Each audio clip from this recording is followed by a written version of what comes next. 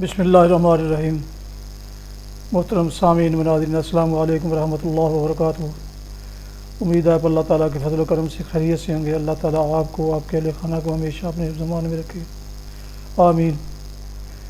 YouTube channel سے میں ہوں بشیر احمد رشیدی عرب، اور آج کے راہ ہدایت منجات کے سلسلے کا بلاغ القرآن و حدیث پیش کرنے جا رہا ہوں۔ اعوذ باللہ من الشیطان الرجیم، بسم اللہ الرحمن الرحیم۔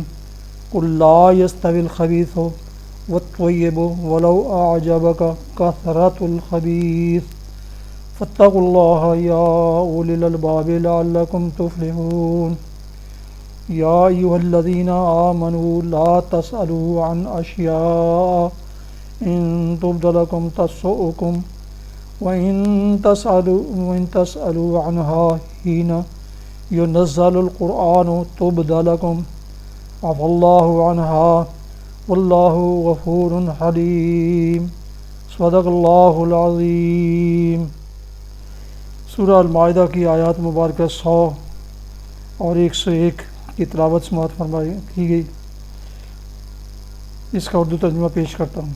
قل لا يستوي الخبيث والطيب ولو أعجبك۔ اے پیغمبر صلی اللہ علیہ وسلم، ان سے کہہ دیجئے کہ پاک اور ناپاک بہرحال یکساں نہیں ہیں، خواہ ناپاک کی بہتات تمہیں کتنا ہی فریفتہ کرنے والی ہو۔ بس اے لوگو جو عقل رکھتے ہو، اللہ کی نافرمانی سے بچتے رہو، امید ہے کہ تمہیں فلاح نصیب ہوگی۔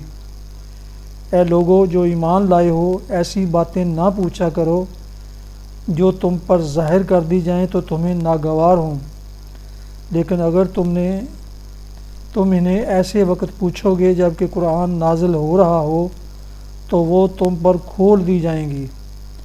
اب تک جو کچھ تم نے کیا اسے اللہ نے معاف کر دیا، اور وہ درگزر کرنے والا اور بردبار ہے۔ ابھی تلاوت کردہ آیات مبارکہ کی تفسیر بیان کرتا ہوں۔ خواہ ناپاک کی بہتات تمہیں کتنا ہی فریفتہ کرنے والی ہو۔ یہ آیت قدر و قیمت کا ایک دوسرا ہی معیار پیش کرتی ہیں، یہ جو ظاہر میں انسان کے معیار سے بالکل مختلف ہے۔ ظاہر بھی نظر میں 100 روپے مقابلہ 5 روپے کے لازماً زیادہ قیمتی ہیں، کیونکہ وہ 100 ہیں اور یہ 5۔ لیکن یہ آیت کتنی ہے کہ 100 روپے، یہ آیت کہتی ہے کہ 100 روپے اگر خدا کی نافرمانی کر کے حاصل کیے گئے ہوں تو وہ ناپاک ہیں، اور 5 روپے اگر خدا کی فرما برداری کرتے ہوئے کمائے گئے ہوں تو وہ پاک ہیں۔ اور ناپاک خواہ مقدار میں کتنا ہی زیادہ ہو، بہرحال وہ پاک کے برابر کسی طرح نہیں ہو سکتا۔ غلاظت کے ایک ڈھیر سے عطر کا ایک قطرہ زیادہ قدر رکھتا ہے، اور پیشاب کی ایک گبریز ناد کے مقابلہ میں پاک پانی کا ایک چلو زیادہ وزنی ہے۔ لہٰذا ایک سچے دانشمند انسان کو لازماً حلال ہی پر قناعت کرنی چاہیے، خواہ وہ ظاہر میں کتنا ہی حقیر و قلیل ہو، اور حرام کی طرف کسی حال میں بھی ہاتھ نہ بڑھانا چاہیے، خواہ وہ بظاہر کتنا ہی کثیر و شاندار ہو۔ ایسی باتیں نہ پوچھا کرو جو تم پر ظاہر کر دی جائیں تو تمہیں ناگوار ہوں۔ نبی صلی اللہ علیہ وسلم سے بعض لوگ عجیب قسم کے فضول سوالات کیا کرتے تھے، جن کی نہ دین کے کسی معاملہ میں ضرورت ہوتی تھی اور نہ دنیا ہی کے کسی معاملہ میں۔ مثلا ایک موقع پر ایک صاحب بڑے مجمع میں آپ سے پوچھ بیٹھے کہ میرا اصلی باپ کون ہے۔ اسی طرح بعض لوگ احکام شرع میں غیر ضروری پوچھ گچھ کیا کرتے تھے، اور خواہ مخواہ پوچھ کر ایسی چیزوں کا تعین کرانا چاہتے تھے جنہیں شارع نے مصلحتاً غیر معین رکھا ہے۔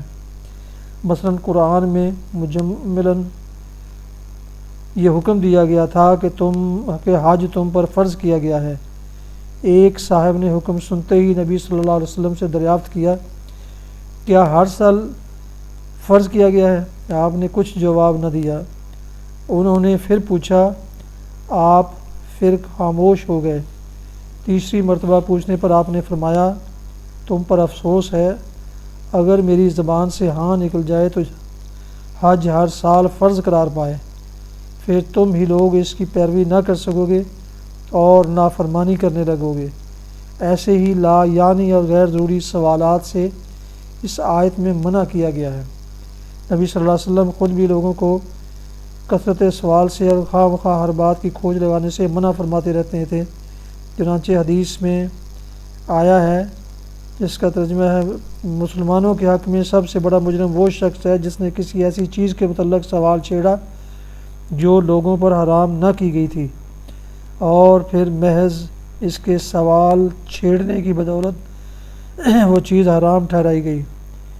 ایک دوسری حدیث میں ہے کہ حرام کیا ہے ان کے پاس نہ پھٹکو، کچھ حدود مقرر کی ہیں ان سے تجاوز نہ کرو، اور کچھ چیزوں کے متعلق خاموشی اختیار کی ہے بغیر اس کے کہ اسے بھول لاحق ہوئی ہو، لہٰذا ان کی کھوج نہ لگاؤ۔ ان دونوں حدیثوں میں ایک اہم حقیقت پر متنبہ کیا گیا ہے، جن امور کو شارع نے مجملاً بیان کیا گیا ہے ان کی تفصیل نہیں بتائی ہو، یا جو احکام برسبیل اجمال دیے ہیں اور مقدار یا تعداد یا دوسرے تعینات کا ذکر نہیں کیا ہے۔ ان میں اجمال اور عدم تفصیل کی وجہ یہ نہیں ہے کہ شارع سے بھول ہو گئی ہو، تفصیلات بتانی چاہیے تھیں مگر نہ بتائیں، بلکہ اس کی اصل وجہ یہ ہے کہ شارع ان امور کی تفصیلات کو محدود نہیں کرنا چاہتا اور احکام میں لوگوں کے لیے وسعت رکھنا چاہتا ہے۔ اب جو شخص خام خواہ سوال پر سوال نکال کر تفصیلات اور تعینات اور تقییدات بڑھانے کی کوشش کرتا ہے، اور اگر شارع کے کلام سے یہ چیزیں کسی طرح نہیں نکلتی تو قیاس سے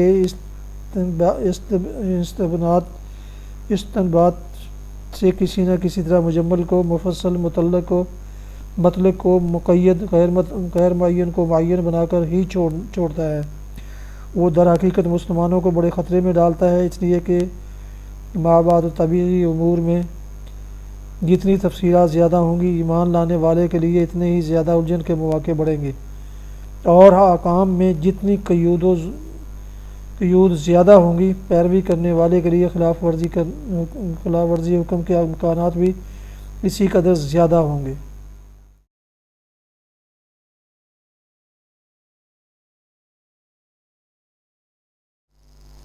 حدیث مبارکہ حضرت ابو قتادہ رضی اللہ عنہ سے روایت ہے کہ رسول اللہ صلی اللہ علیہ وسلم سے سوموار کے روزے کی بابت سوال کیا گیا تو آپ نے فرمایا یہ وہ دن ہے جس میں میری ولادت ہوئی اور اسی دن میری بعثت ہوئی، یا اسی دن مجھ پر وحی نازل کی گئی۔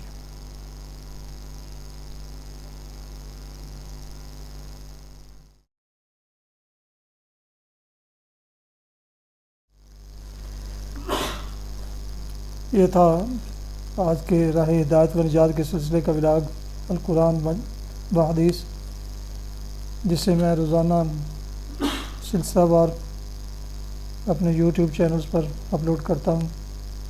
اگر یہ پسند آیا، اور ضرور پسند آنا چاہیے کہ چونکہ یہ قرآن اور حدیث کے متعلقہ ولاگز ہیں تو انہیں ضرور یوٹیوب چینلز کو ضرور سبسکرائب کیجیے، بیل آئیکن کو پریس کرنا نہ بھولیں، اور اگر مناسب سمجھے تو دوستوں سے بھی شیئر کریں، کیونکہ یہ ولاگز باعث خیر، باعث برکت اور باعث ثواب ہیں۔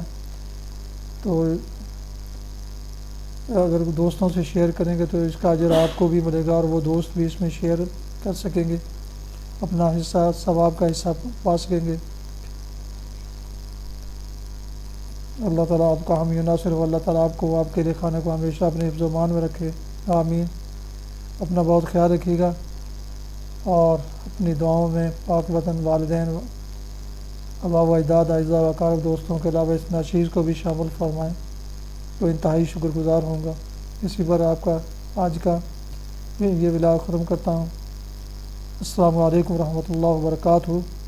پاکستان زندہ باد، خدا حافظ۔